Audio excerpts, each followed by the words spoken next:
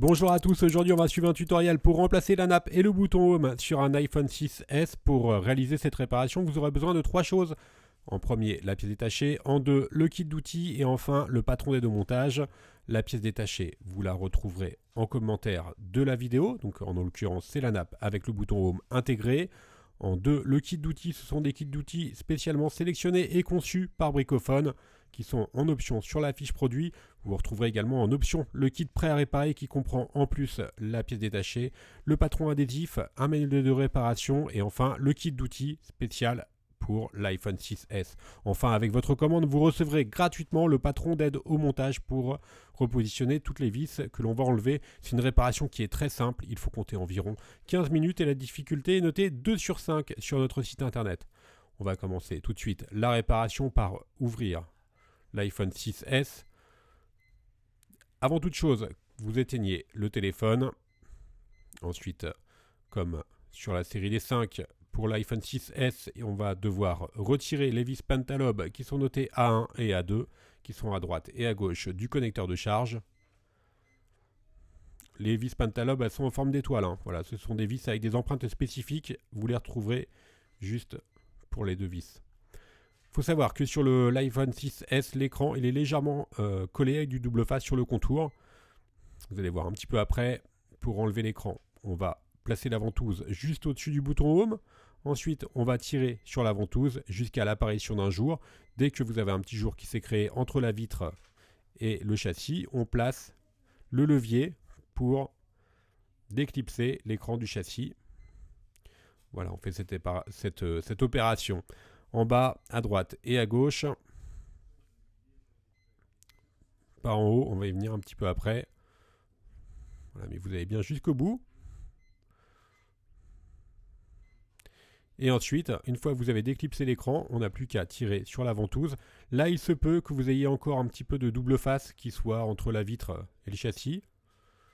On tire sur la vitre vers nous pour la relever. Si vous avez du double face, il suffit juste de le couper. Voilà, maintenant notre écran est relevé. On n'a plus qu'à déconnecter les nappes de l'écran pour pouvoir travailler sur celui-ci. Il faut savoir que l'écran, il est connecté à la carte mère et les nappes de l'écran, elles sont maintenues par une plaquette qui est elle-même maintenue par 4 vis. Ce sont des vis notées de B1 à B4, ce sont des vis cruciformes. On enlève la plaquette métallique notée dièse 1. Maintenant, on n'a plus qu'à déconnecter les nappes de l'écran.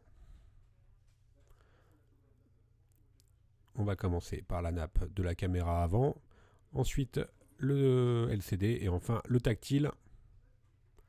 Il n'y a que 3 nappes sur le 6S. Et maintenant, on peut enlever l'écran du châssis. Voilà. Alors, on va mettre la partie carte mère et coque du téléphone de côté. On va s'intéresser uniquement à la partie de l'écran. On va enlever les 3 vis notées de D1 à D2 et E2. Ce sont des vis cruciformes. En fait, elles maintiennent la plaquette qui elle-même maintient le bouton Home. Donc, on enlève la plaquette notée dièse 6. Maintenant, on va déconnecter la nappe Home. Alors attention à ne pas abîmer la nappe, le connecteur. On va décoller le circuit imprimé. Il se décolle très facilement, là il n'y a pas de souci. Ensuite, on va faire pression sur l'écran, sur le bouton, pardon, pour retirer le bouton Home d'origine. Et on n'a plus qu'à l'enlever avec la pincette. Voilà, maintenant, on va pouvoir passer à la partie remontage. Une petite précision très importante sur le bouton Home. Je vais vous laisser regarder le remontage. Il faut savoir que la fonction Touch ID, elle est propriétaire à votre bouton Home d'origine. C'est-à-dire que votre carte mère a été synchronisée avec le bouton Home d'origine. D'accord ? Donc, tout simplement, si vous changez votre bouton Home, vous allez perdre obligatoirement la fonction Touch ID sur votre téléphone. Donc la fonction Touch ID, pour rappel, c'est la reconnaissance d'empreintes digitales. Voilà, ça c'est obligatoire. Si vous changez votre bouton Home, vous perdez la fonction Touch ID, il n'y a rien à faire. C'est pas possible de changer le bouton Home et de conserver la fonction Touch ID. C'est pour des questions de sécurité, notamment, car il faut savoir que le Touch ID est utilisé par Apple Pay aux États-Unis et en Angleterre, pas encore en France. Voilà, ce qui explique que il n'y a que Apple qui peut changer le bouton Home d'origine et reparamétrer votre nouveau bouton Home pour pouvoir utiliser le Touch ID. Voilà pour le petit aparté, on repasse directement au remontage. Donc on a remis notre nouveau bouton Home sur l'écran. On va maintenant remettre la plaquette métallique notée dièse 6. Alors par contre, il faut savoir juste une chose. Là je vais vous laisser voir, on n'a plus qu'à remettre les 3 vis. Il faut savoir juste une chose. Avant il y avait une erreur, quand ça pouvait provoquer une erreur lors des mises à jour de changer son bouton Home. Aujourd'hui c'est plus le cas, donc vous pouvez faire cette réparation en toute sécurité. Vous n'aurez pas d'erreur lors de restauration. Apple a sorti un correctif dessus. Donc cette réparation, elle est tout à fait sécurisée. Il n'y a aucun problème dessus. Ce qui n'était pas le cas il y a encore 6 mois, 7 mois. C'est pour ça qu'on a sorti le tutoriel un petit peu en retard. Donc on reconnecte les 3 nappes de l'écran, le LCD, le tactile, la nappe de la caméra FaceTime. On n'a plus ensuite qu'à remettre la plaquette métallique. Alors faites attention parce que les nappes de l'écran ne sont pas forcément, vous voyez, évidentes à remettre. Des fois on a l'impression qu'elles sont bien connectées, en fait elles ne le sont pas. Vous allez vous en apercevoir, ça fera des traits tout simplement. Il suffira juste de rebrancher les nappes de l'écran tout simplement.